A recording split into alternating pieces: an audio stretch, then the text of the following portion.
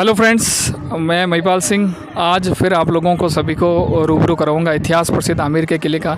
मेरे पीछे आमेर के किले का व्यू आप लोग सभी देख रहे हैं। बड़ा ही शानदार किला है और चारों तरफ से इस किले के चारों तरफ छोटे छोटे और किले और सुरक्षा चौकियां निर्मित है इस किले की सुरक्षा देने के लिए।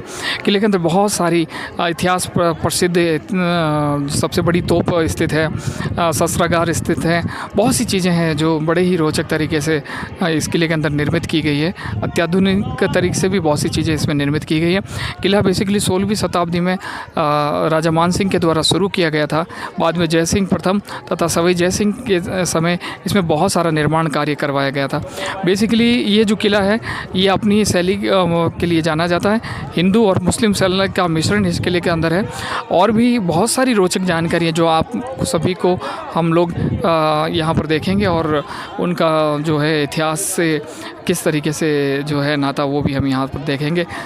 तो शुरू करते हैं आमेर के किले का जो भी है व्यू, क्या क्या चीज़ें हमारे सामने आती है। हाँ, ये ऊपर की तरफ जब हम आमेर की दूर की तरफ चढ़ते हैं तो ये जो चढ़ाई है ये उसका दृश्य है कि इसमें पौलें बनी हुई है।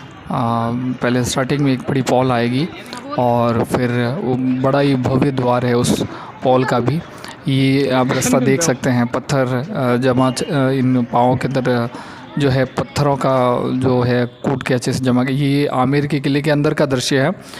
बेसिकली आमेर के किले का ये गार्डन प्लेस है सेंट्रल का। यहाँ पर फाउंटेन भी लगे हैं और चारों तरफ बहुत ही अच्छी जो है दीवारों को सजा गया। ये बीच के अंदर ये स्थित है। ये शीश महल है बेसिकली, मान सिंह जी के द्वारा ही इसका निर्माण किया गया है। फाउंटेन बहुत ही सुंदर, गार्डन भी बहुत ही सुंदर है। किले की भव्यता यहाँ से नज़र आती है हमें। हिंदू और मुस्लिम दोनों शैलियों का मिश्रण है यहाँ पर।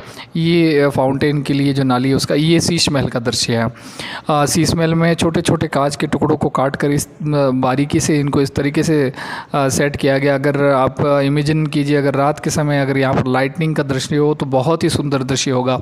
चारों तरफ से प्रकाश ही प्रकाश और भीड़ भी काफ़ी लगी रहती है। यहाँ पर लोग इस जगह जगह यहाँ पिक्चर ले रहे हैं। बहुत ही अच्छी बीच बीच में पेंटिंग्स भी बनी है जो छोटे छोटे कांच के टुकड़ों से बनी हुई है। कुछ ऐसे कांच जो लगे हैं उनके अगर अलग अलग एंगल से लोग यहाँ पर सेल्फी भी लेते हैं। ये जनाना डोडी का जो है एरिया है। जनाना डोडी बेसिकली रानियों के रहने का स्थान है। यहाँ बीच के अंदर ये छतरी बनी है। यहाँ पर बेसिकली जो फुर्सत के समय रानियाँ बैठती होगी और भी कोई प्रोग्राम वगैरह जो है वो अपने यहाँ पर संपन्न करती होगी।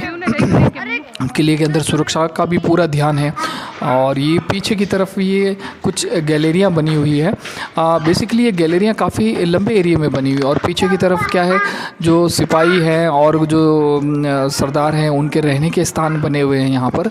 और ये गैलरी आगे जाकर एक बड़ी पॉल से मिलती है और ये पॉल आगे जाकर जो जयगढ़ जो फोर्ट है वहाँ तक जाती है। और आप देख सकते हैं ये अंदर बड़े जो हैं बड़े बड़े बरामदे बने हुए हैं जहाँ पर सिपाहियों के और इनके रहने के स्थान बने हुए हैं।